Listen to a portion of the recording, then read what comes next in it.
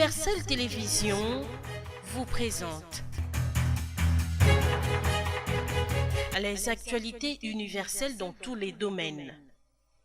Politique. Le peuple à se tenir prêt au Congo et aussi la paix. On est aussi là. Hippolyte Kanambe a quitté ville Yaki. Azali awa la province de Kinshasa. A okende nulle part. Culture. D'Afrique. Nous allons là-bas maille belé. Mais tous hommes là-bas forage, mais là-bas forage. Pourquoi là-bas nyama moko boye. Bandeko. Nazalaki opesa bino bilan. Bilan ndeko Félix Tshilombo.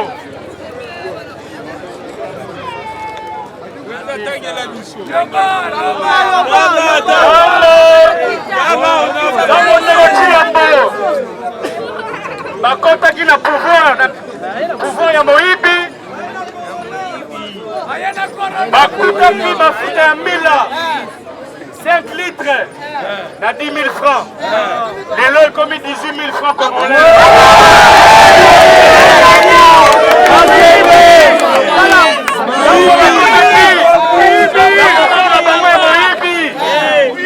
Thomson 16 plus ezalaki na 17 dollars. Lelo ekomi 42 dollars.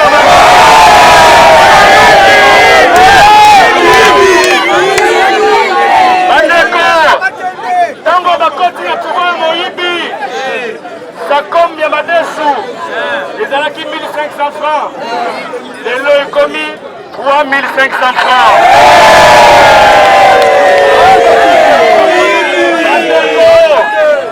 Tango bakoti na pouvoir na bango Moïbi carton poulet ezalaki 10 dollars. Lelo ekomi 21 dollars.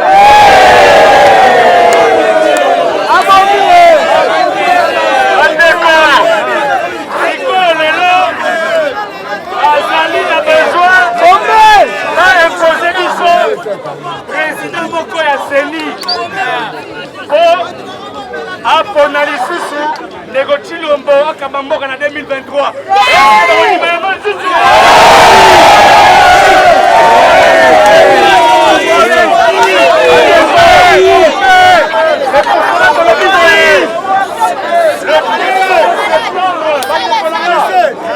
Le 15 septembre, Bissonio son à Balabala. Oui! Mokolango, Atikala na Bandako. Biso.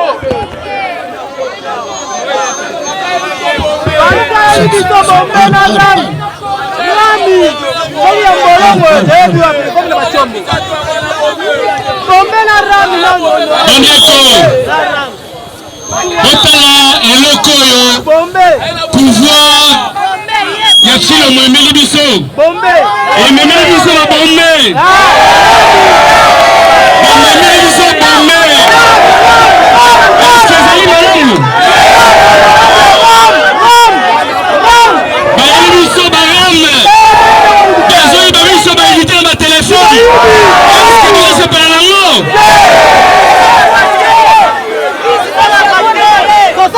tokomi komona mpe bandeko babavure policière ekomi ebele koleka bapolicier bakomi koboma bakongolais. Est-ce que ezali normal? bakomi kobenda baéclaireur bakomi kotungisa bato. Est-ce que ezali normal? Biso na niveau ya parlement tosengaki na moso question orale avec débat tobengisa ministre intérieur po totuna ye pourquoi na kati ya Congo bapolisier na biso batambola na bakalashnikov ba AK-47 ba M16 ezali ba arme de guerre. Policier akoki kotambola na matraque na ba menottes au minimum na pistolet. Mais na mboka na biso policier azotambola na arme de guerre. Ba arme de guerre esalami mpo ekende na est ya pays. Totuli mpe banani bazokoma bapolisier na kati ya Congo. Okomona na ancien Kuluna ye wana akomi policier. Est-ce que ezali normal? Comment la policier bazopesa formation à malamu te? Est-ce qu'il est normal?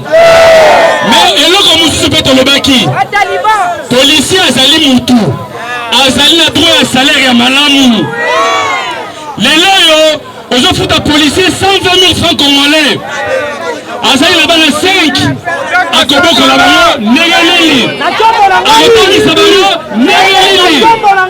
Biso na niveau ya parlement tolobi clairement qu'il est possible de refouler à chaque policier $300 la moutou.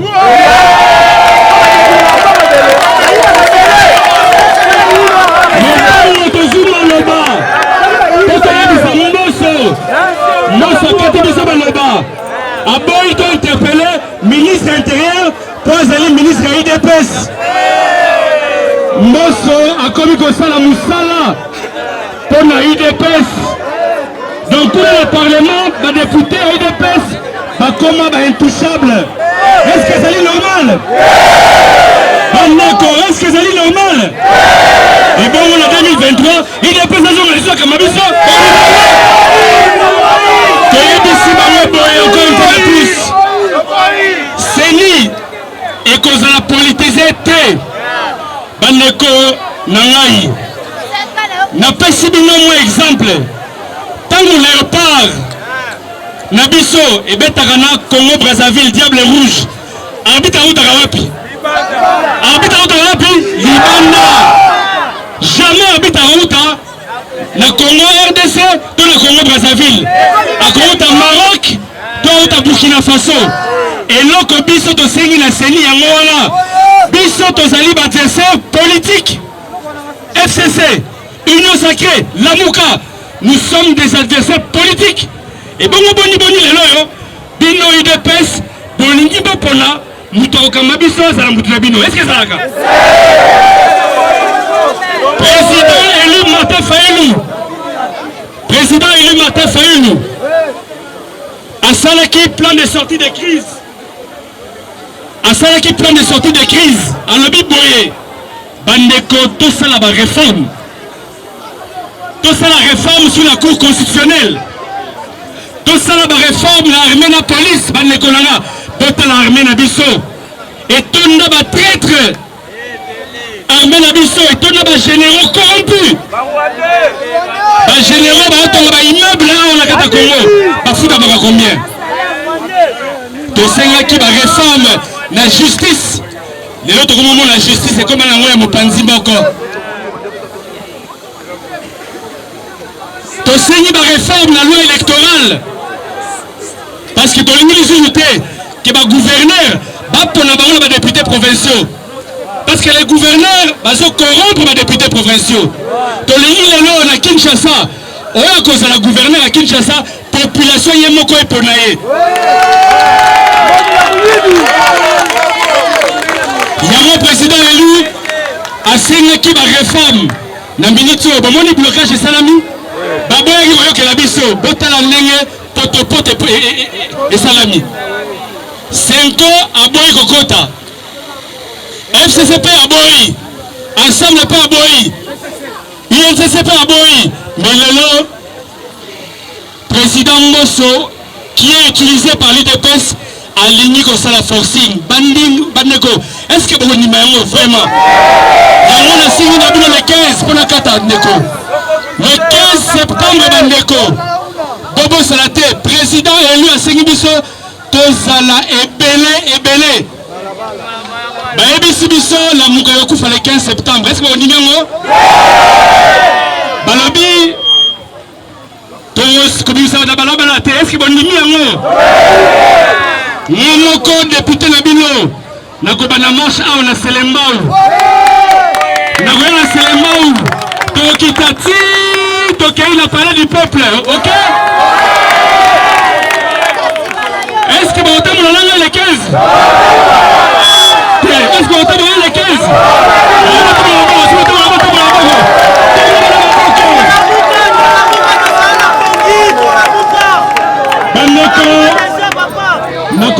Le 15 septembre, il faut te délivrer Moka.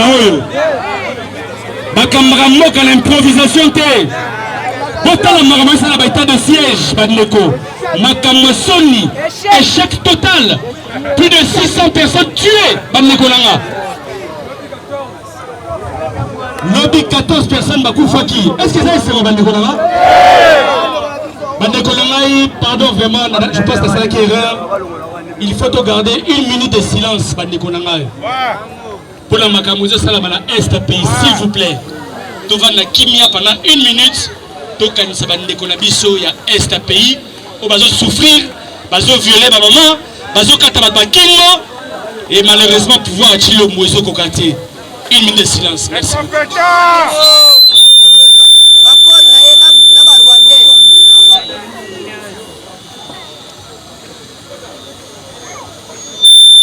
Merci.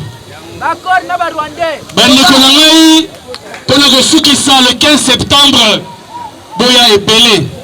Makambo esa bala est pays ezali intolérable. Et négocier malheureusement ezali incapable ya kotia sécurité na kati ya moka Congo. On ne gère pas un pays avec l'improvisation. Bandeko toyambi ministre de défense na niveau de l'Assemblée nationale. Ayebisi biso boye que deux ans la troupe militaire. Mais il y a 2 ans la troupe militaire. Pourquoi c'est l'état de siège? Pourquoi c'est là quitté? On commande la troupe là et puis on est l'état de siège. Est-ce que ça est normal? Voilà le pouvoir. Il a fallu les autres qui s'abango mitou. Donc le 15 septembre, ok? Bissonio Sotokutana, rendez-vous na station, c'est ça? Hein? Na Selema na station le 15 septembre. Namoko député national de Bino Rosalawana. À partir de 9h juste. 9h juste. Voilà, on commence à 8h30, 9h juste Longwe. Makolo, ti palais du peuple, Banegolanga. Bobangate. Ce pays nous appartient tous. Ce pays nous appartient tous. Nous devons gagner sa biloté. Il faut associer la Congolais changer. Batika Koyiba Biso, Mbono Baram. Tous les courants en main, Nzela Ezala Malamu Bandekonanga. Tala échec Moussoussou. Gratuité de l'enseignement Bandekonanga. Tala échec Moussoussou, gratuité de l'enseignement. Est-ce que vous les appelez le peuple d'abord? Est-ce que vous les appelez d'abord? La présidente Makassi. Merci beaucoup. Rendez-vous le 15 septembre. La représentante Bino, s'il vous plaît. La présenter Bino aussi. Les différents responsables, il y a SID Funa. Bandeko, parti d'Abisso, comment?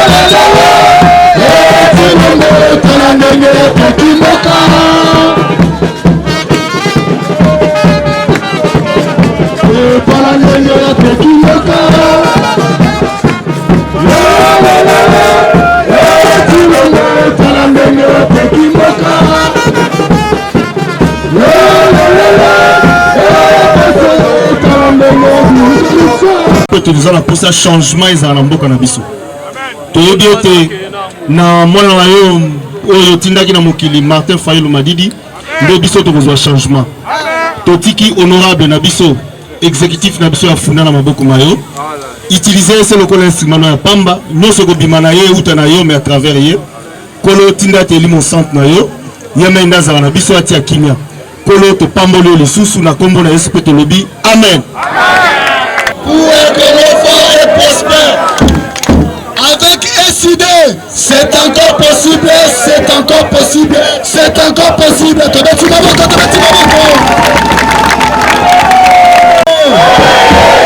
Allez, Martin Fayulu, allez! Allez, la Mouka!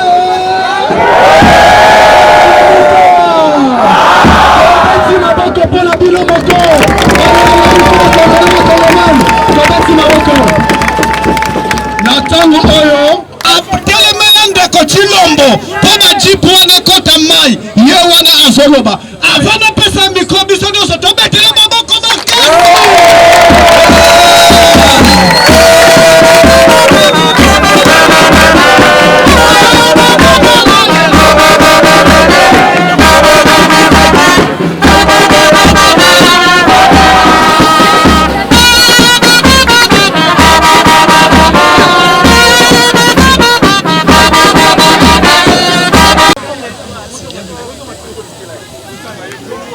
Mais malheureusement, Kabila n'a qu'une noquille avec un président. Est-ce que vous avez est-ce que vous avez les sous-sous? L'élection en 2023. Il y a le 15 septembre. Vous avez dit cela le 15 septembre. Na Congo Mobimba, coordination à la Mouka et Sengibiso, Totamola, Congo Mobimba, Totoloba non à la fraude électorale, Toloba non au glissement, Toloba non à une CENI politisée. Est-ce que tu as une sur CENI politique? Tokondimalisu bachila bisu bananga mususu tokondimalisu bangoyi mulunda mususu tokondimalisu sabe balumalu mususu biso nyonso na 2006 toyebaki ke mutakanyaki élection ezalaki nani Jean-Pierre Mbemba na 2006 Jean-Pierre Mbemba aganyaki mais malumalu akelaki otaka na kombo mususu na 2011 Papa Tshisekedi a gagné l'élection dans Mboka Oyo. Mais le premier président Moussoussou. En 2018, le président élu Martin Fayulu a gagné l'élection. Le président Moussoussou. Est-ce que en 2023, pour tolérer Moussoussou? Botala bazu pouvoir Oyo, bazu pouvoir Oyo. Tozali na maïté na bandaku na biso. Tozali comme la main à forage. Tozali na courante. Banako, boka likamokamwa. Namboka Oyo. Nous avons 70% de la population. Bazana accès à maïté, eau potable. Batoazo na main bakalamu, ba main mabe. Nakati ya mboka Oyo. 90% de la population. Bazan a accès à l'autorité. Est-ce que c'est normal, Bandeko? Mais Banda a besoin de pouvoir. Banda a besoin de pouvoir Fayulu. Vous savez, la monine. La constitution. Oh, Thompson est quitté. Thompson est quitté. Oh, t'es, Banda est quitté. T'es le bon. Banda est quitté. Banda est quitté. Bandeko, Boka bilan Tshisekedi, bilan négatif, n'entend la bille dans le papier. Quand on continue le pouvoir, a coûté ça c'est nul, dans 28 000 francs. Le lot est commis 40 000 francs.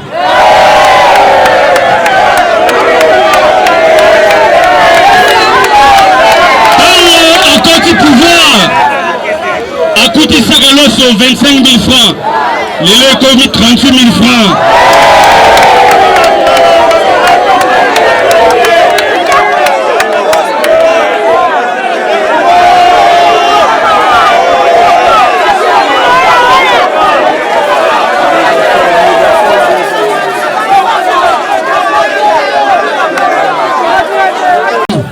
Nalingi bandeko bosoma bakarte bokoma bamembre ya SID oki ne balekisa karte na balekisa karte na pesa yaka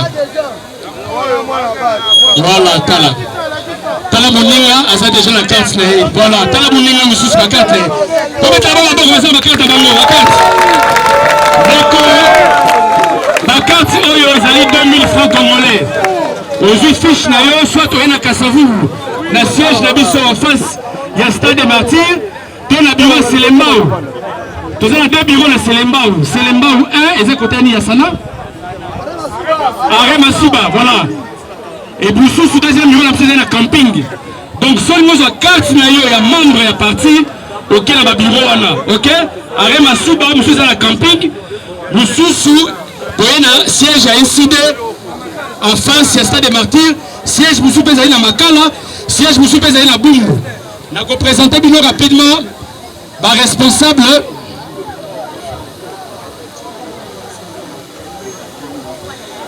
voilà bota boyo kalo wa imsinga bandeko na ba somela ba jeep ba député jeep na ba bangi ba bangi sa no pont bino lingi nini na baneli na ba pesa ba député jeep ça la 25 millions de dollars na ba bangi sa pont oyo basa lo nini na baneli pour le message au président Mosso ayoka yango OK na ba pesa ba député 500 jeep 25 millions de dollars na pont oyo umeli bolingi nini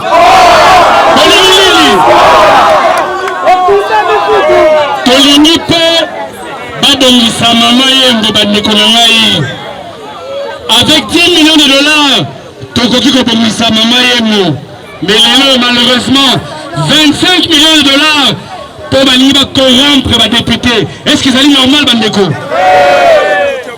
donc nakosukisa wana bandeko na nga bobosana te carte ya SID 2000 francs congolais mais prochainement bandeko si tout va bien soki bolingi nalingi dans 3 mois toya na président élu Martin Fayulu awa tosala meeting moko monene na président élu bondingi yango nakosenga na président élu tosala meeting moko monene na balabala oyo ya monene vraiment toyokani nasengi bobetela bandeko basalisi biso tosala mosala oyo coordonnateur José Ngomba bobetela maboko makasi ye abundi nanga poto organiser eloko oyo azali responsable ya Selembao na niveau ya campus ok Selembao to na niveau ya campus na camping pardon na camping nasengi pe bobeta papa Simo maboko makasi papa Simo ye wana ye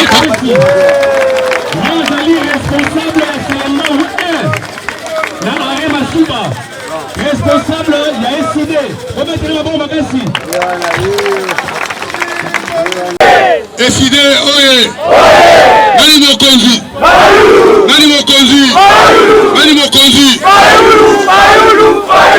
voilà merci tosepeli na mobilisation félicitations na bakambi ya Selembao et merci aussi na responsable ya commune environnante tolingi batika biso kimia tokisa bango force de frappe ya président Fayulu batika koambrouiller biso le 15 mutabanga te ndenge honorable auti koloba tokokutana na station ya Selembao tokende bobanga eloko moko te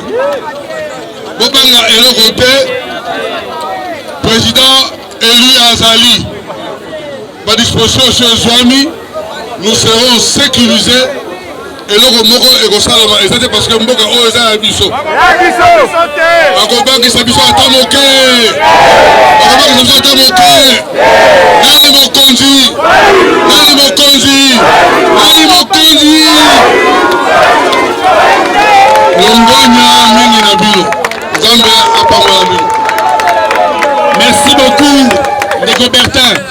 nakosala na bino mpe boyamba mama Christine bobetele maboko ye azali responsable ya sida ya Kalamu et puis ya feke mama zoma diloko moke batata na bamama mbote na biso nani mokonzi bamama bomibetela bino moko maboko po tozali représente.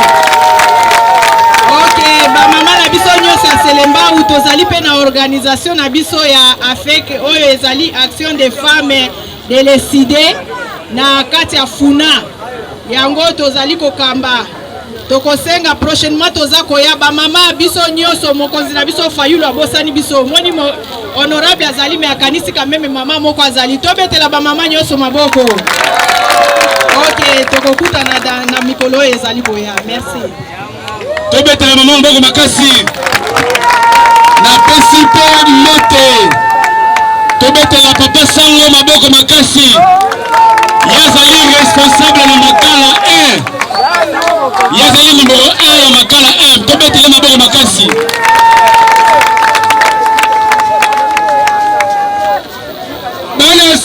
bana ya Funa oye bana Funa oye tozali 7 combine so lengi kozwa kotata bala mwa moke biso basango toba boboto biso bana makala bozali to bozate bana makala bazali awa ok tozwi elengesa boyote balobi awa na précision pongo yango eza nsima na biso ezali po Kanluka oyo eza korelie Kitambo Selembao biso nyonso makala bumbu tozwa mpe moyen ya kobika boyete na yango nalingi koloba boyebi ndenge tozwaki elengesa lelo tokosama te bana ya Fayulu président Eli soki tozwi elengesa bokosala te beton faci beton bino nde boyoka ezali effort ya Fayulu le président Eli ayota meeting na lisungi ya honorable Ndombasi na biso topesaki maboko tozwi elengesa boyete yango wana merci yango wana toyeba komema sango ya le 15 septembre biso nyonso wapi na Selembao policier aza wana mpona kosekirize biso kobanga policier te bamisala ba mpona korekirize biso merci tobetele maboko tokomi sikoyo na makala 2 responsable YEP bobetele maboko makasi akose présenter et puis mamulima rapidement bana eside oye bana Fayulu oye nani mokonzi ya solo tosepeli mingi na le 15 biso nyonso bakomi na biso nyonso afuna tokutana ndenge honorable alobi biso nde tokobangisa bango ata ndenge bazolobake bango bakotia marche na bango bakokoka te puisque biso toza force ya peuple alors tokobangisa bango biso nyonso na balabala biso nyonso na mulongo na le 15 ndenge toyokani na station tokutani tokei toyokani toyamba sikoyo coordonnateur ya Kasavubu ndeko Pierre bobetele maboko bandeko nanga mbote na bino tobetele maboko tokobenga sikoyo responsable ya Bumbu ndeko Tati wapiye ndeko Tati tobetele maboko makasi yazali responsable ya Bumbu tobetele maboko. Merci honorable. Mbote na bino nyonso. Bon, na lingai na lobabwe na district ya Funa. Toza na les seules communes où ezaki kabaka ba voix pas ba honorable. Eza Selembao, Bumbu, Makala. Ba mona ba biso lokola ba payason, c'est-à-dire avant kota na ndako ba biloko ba tandaka wana. Toza ba kongo moko ba yuma. Alors fini la récréation. Bino nyonso bo s'adhérer na idée. Au revoir. Bandeko na ngai na pesi bino merci beaucoup, un grand merci. to représenter sikoyo le numéro 1 ya jeunesse ya Funa. Ndeko na biso aya ko se présenter. Bobetele maboko makasi. Bandeko mbote na bino. Mbote lisusu. Nani mokonzi? Nani mokonzi? Nani mokonzi? Soki yonanga olenge otelemite. Totelema. Mais lelo ezali na cadre stratégie, il y a le 15 septembre bandeko nanga. Une grande marche ekosalama sur le plan national pour dire non, non à la fraude électorale, tolobi non à une CENI politisée, na glissement oyo ndeko Tshilombo azobongisa. C'est pour cela que la Mouka lelo a organisé dans 4 districts d'organiser une matinée politique de réveil pour de conscientiser le peuple congolais que le 15 septembre, biso nyonso na balabala, maman, papa, mwana, étudiant, biso nyonso, le 15 septembre na balabala pour dire non à la fraude électorale. Tosengi clairement que CENI est à la politisée. Nous ne voulons plus aujourd'hui que en 2023, Bayako présenter biso lisusu un président qui a été nommé, or que c'est le peuple qui doit faire le choix sur la personne qui doit bien sûr le diriger. Voilà. Mbote Ndeko. Nga José Ngoma, coordonnateur de la section SID Selembao. Donc numéro 1 il y a Selembao.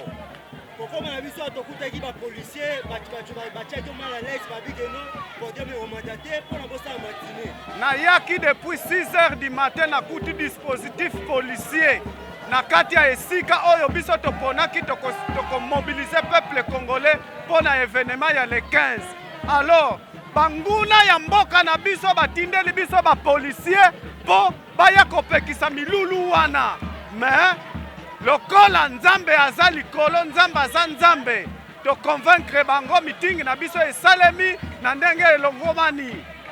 Message nous relancer na ba kongomani o bazolo na biso pe bana mboka na ba o bazolo na kata ndaku na minute na ba television. Ba oyo nyonso bazolanda biso na minute oyo.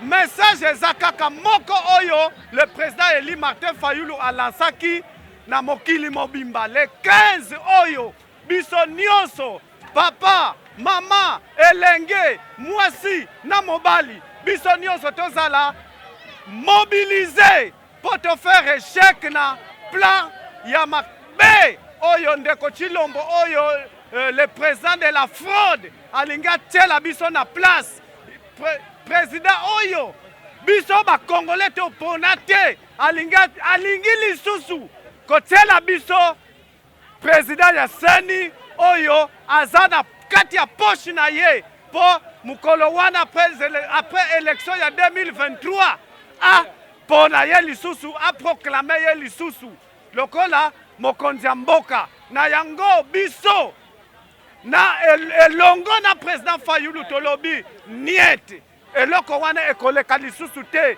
toza mobiliser na yango le 15 biso nyonso tokozala na balabala pour te faire agenouer plan ya mabe oyo ndeko Tshilombo alinga tia na place oyo elingi lisusu koyokisa peuple na biso pasi toboyi yango na yango tokosenga biso nyonso le 15 tozala langage moko tobima na balabala comme ça to lingi komona te ndeko Tshilombo atiela biso président ya CENI oyo ye azomema na poche na ye. Voilà. Merci beaucoup. Universel Télévision vous présente les actualités universelles dans tous les domaines. Politique.